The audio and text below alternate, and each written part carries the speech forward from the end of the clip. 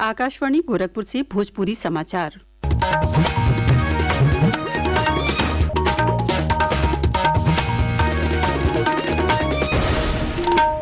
नमस्कार। समाचारन के साथ हैं हम सुषमा श्रीवास्तव। मुख्यमंत्री योगी आदित्यनाथ आज गोरखपुर में अगला पीढ़ी के जीएसटी सुधारन का जानकारी देवे बदे व्यापारियन और आम जनता से संपर्क कैलें और ए बारे में उन्हन लोगन के प्रतिक्रिया जनलें। वहां के व्यवसायियन से आग्रह कैली कि घटल जीएसटी के फायदा गहकिन के जरूर दें और स्वदेशी उत्पाद के बढ़ावा देवे बदे दुकानिन पर गर्व से कहो ये स्वदेशी है का पोस्टर जरूर लगावें। जनसंपर्क के बाद मीडिया से बतियावत मुख्यमंत्री कहलें कि जीएसटी कम भइले से आम लोगिन के खरीदले के शक्ति बढ़ी, मांग से खपत और खपत से उत्पादन बढ़ी, जौने से नया रोजगार के मौकों मिली। वहां की विश्वास जतौली कि अगला पीढ़ी का जीएसटी देश के अर्थव्यवस्था के नया गति देई। अगली पीढ़ी के जीएसटी सुधार आज उसे लागू हो गईल बाटे।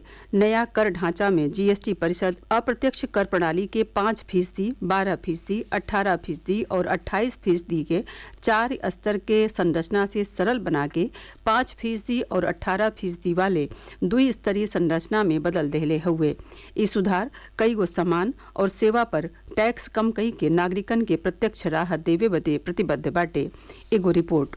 जीएसटी सुधारों के अंतर्गत सरकार ने विभिन्न क्षेत्रों में करों में बड़ी कटौती कर आम आदमी को राहत दी है। सरकार ने 7,500 रुपए प्रतिदिन से कम किराए वाले होटल में जीएसटी को 12% से घटाकर 5% कर दिया है। इससे मध्यम वर्गीय परिवारों और यात्रियों के लिए यात्रा अधिक किफायती हो जाएगी और इसके साथ ही मध्यम श्रेणी के होटलों, होम स्टे और गेस्ट हाउस में भी नए निवेश को बढ़ावा मिलेगा। इन सुधारों में कला और सांस्कृतिक सामग्री पर भी जीएसटी को 12% से घटाकर 5% किया गया है। छोटी मूर्तियों, मूल नक्काशियों, प्रिंट, शिला मुद्रण, जेवराती वस्तुओं, प्रस्तर कला के सामान आदि पर लगने वाले जीएसटी को 5% कर दिया गया है। छात्रों और परिवारों को ध्यान में रखते हुए सरकार ने स्टेशनरी वस्तुएं जैसे नोटबुक, ग्राफ बुक, शार्पनर और पेंसिल को 0 कर श्रेणी में ला दिया है, जिससे वे और अधिक किफायती हो गई हैं। दृष्टि और शिवांग के साथ सकलैन अख्तर, आकाशवाणी समाचार, दिल्ली।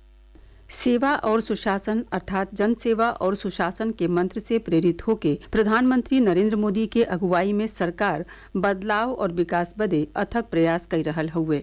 आज ए विशेष श्रृंखला सेवा पर्व में हम आप लोग इन खातिर ले आई रहल हैं कैसे मोदी सरकार किफायती आवास और शहर में कनेक्टिविटी के मजबूत कैले हुए आ देश भर के शहरन में जिंदगी के गुणवत्ता में सुधार कैले हुए। भारत में मेट्रो अब केवल परिवहन का साधन ही नहीं रह गई है, भारत की विकास गाथा के केंद्र में एक जीवन रेखा बन गई है। प्रधानमंत्री नरेंद्र मोदी के नेतृत्व में भारत में अब दुनिया का तीसरा सबसे बड़ा मेट्रो नेटवर्क है। इस महीने कोलकाता में मेट्रो रेलवे परियोजनाओं का उद्घाटन करते हुए प्रधानमंत्री नरेंद्र मोदी ने बताया, 2014 से पहले देश में सिर्फ 250 किलोमीटर ही मेट्रो रूट था। आज देश में मेट्रो रूट 1000 किलोमीटर से भी ज्यादा का हो गया है।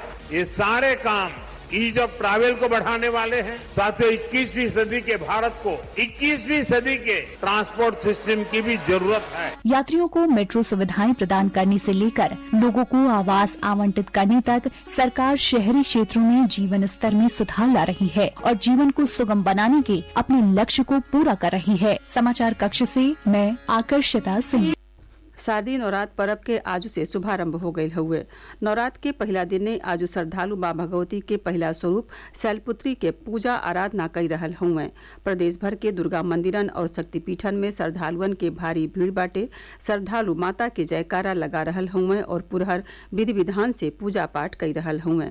श्रद्धालु लोग आज अपने घरन में कलशा स्थापित कैलें और 9 दिन के अनुष्ठान के शुरुआत कैलें। प्रसिद्ध शक्तिपीठ विंध्याचल के माता विंध्यवासिनी देवी मंदिर पर बीतल आदि रतिये से नवरात्र के मेला शुरू हो गईल बाटे। मेला के सुरक्षा का कड़े इंतजाम कईल गईल हुए। वाराणसी के दुर्गा कुंड के सतही कई गो देवी मंदिरन और अयोध्या के बड़ी देवकाली, छोटी देवकाली, जालपा देवी और पाटेश्वरी देवी मंदिरन पर दर्शन पूजन बदे श्रद्धालुअन के तांता लागल बाटे। उधर प्रदेश के सज्जो शहरन में माँ भगवती के पंडाल लाग गईल बाटे। पंडालन में आज कलश स्थापना के सतही नवरात्र के पूजा का शुरुआत हो गई। प्रयागराज के सोराव थाना क्षेत्र के बिगहिया गांव के सामने कानपुर बनारस राजमार्ग पर आज भिन्न ही एगो ट्रक ठाड़ चरपैया के टक्कर मार देहलस। ए दुर्घटना में 4 जने के मौती हो गई, जबकि 3 जने गंभीराहे घायल हो गए। घायल लोगिन के इलाज बदे अस्पताल में भर्ती करावल गईल हुए। एकरे साथ ही भोजपुरी समाचारन का ई बुलेटिन पूरा भइल। नमस्कार।